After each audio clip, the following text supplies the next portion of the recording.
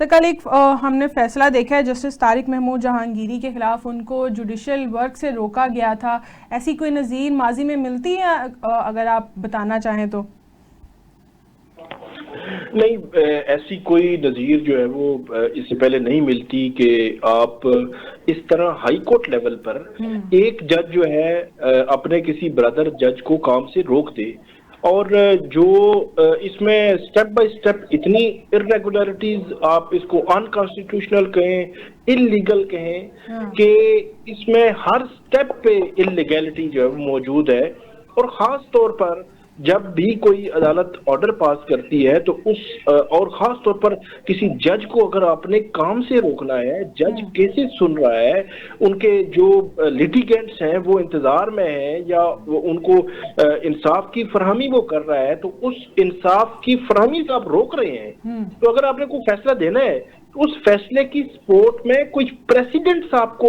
Coat करनी होती हैं कि हम सुप्रीम कोर्ट के फलां फलां फलां जजमेंट का जो वो कोट करके कि उसके तनाजुर में जो लॉ सेटल हुआ उसके तहत हम जो है जस्टिस जहांगीरी को काम से रोक रहे हैं। ऐसा कुछ भी नहीं हुआ। इसमें जो वकला शोर डाल रहे हैं, जो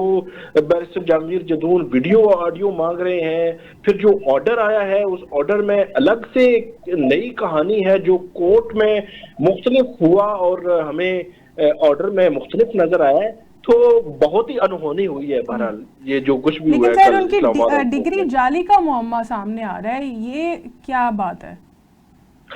अच्छा, इसमें एक चीज बड़ी क्लियर है, जो फेक ये उनका जो डिग्री का मामला है वो इनवैलिड डिग्री का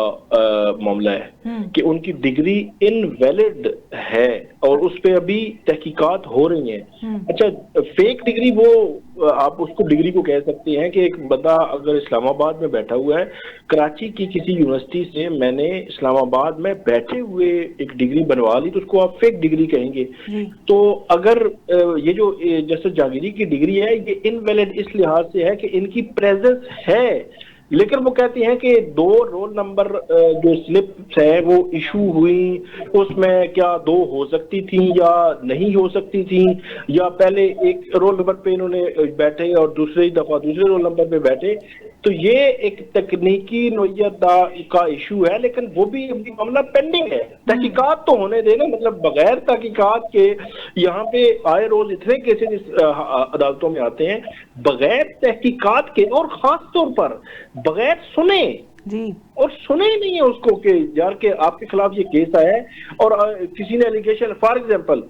कल अगर कोई उठे और एक पिटीशन फाइल करे कि जस्टिस डोगर जो है उन पर फलां एलिगेशन है, तो वो पिटीशन किसी जज के सामने, जस्टिस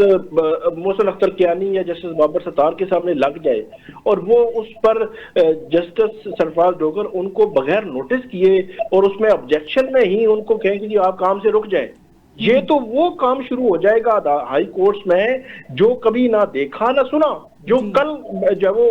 एक रवायत डाली गई है। और मैं ये समझता हूँ कि सुप्रीम जुडिशियल काउंसिल को और सुप्रीम कोर्ट को फौरी तौर पर इंटरवीन करना चाहिए और इस फैसले को फौरी कलअदम करार देना चाहिए, क्योंकि कल सिंध हाई कोर्ट में ये मामला उठ जाएगा, बलोचिस्तान में, लाहौर में, इस्लामाबाद में शुरू हो गया है। तो ये प्रेसिडेंट जो है वो रूल ऑफ लॉ के लिए खासतौर पर ठीक नहीं है। जज को हटाने, जज को काम से रोकने या जो भी मामला करने हैं जज के हवाले से मिसकंडक्ट के, वो सिर्फ एक ही आईनी फोरम है और उस आईनी फोरम का नाम है सुप्रीम जुडिशियल काउंसिल, जिसके सरबराह चीफ जस्टिस ऑफ पाकिस्तान होते हैं और उसके वक्ती मेंबरान होते हैं। वो उसको देखते हैं, वही फैसला करते हैं, काम से रोकना है, ओहदे से हटाना है, ओहदे पर बरकरार रखना है, कंप्लेंट आई है, रेफरेंस आया है, बाकी किसी का कोई इख्तियार नहीं है। इस तरह अगर को फ्रंटो या इस तरह की पिटीशन फाइल करके और बगैर देखे, बगैर सुने ऑब्जेक्शन, और इसमें जो पिटिशनर था वो कह रहा है जी मेडिकल इमरजेंसी की वजह से पिटिशनर आ ही नहीं सकता। हाँ जी, यही मैं यही सवाल करने लगा था साकिब भाई, मैं यही पूछने लगा था कि पिटिशनर मेडिकल ग्राउंड की बुनियाद पे भी मौजूद नहीं है और जनाब इतना बड़ा फैसला हो गया। जी बिल्कुल, मैं कह रहा हूँ कि वो मतलब पिटिशनर कह रहे हैं, पिटिशनर की तरफ से एक वकील साहब पेश हुए, वो कह रहे हैं कि मेडिकल ग्राउंड पे जब वो हम नहीं आ सके, और जब वो आए ही नहीं है और उनकी पिटीशन पे ऑब्जेक्शन है, ये हमारे जो सुनने वाले हैं उनके लिए ये थोड़ा सा वाजे करना जरूरी है कि कोई भी पिटीशन आती है तो सबसे पहले ये देखा जाता है कि ये पिटीशन काबिल समाअत है भी या नहीं, इसका फैसला होता है। और उसके बाद नोटिस होते हैं, उसके बाद अगले मरला होता है कि ये केस चलेगा या नहीं चलेगा। इसमें तो पहला मरला ही अभी तय नहीं हुआ था, ऑब्जेक्शंस लगे हुए थे और बगैर पिटिशनर, ऐसे लगता है कि जैसे पिटिशनर से ज्यादा जल्दी जो है वो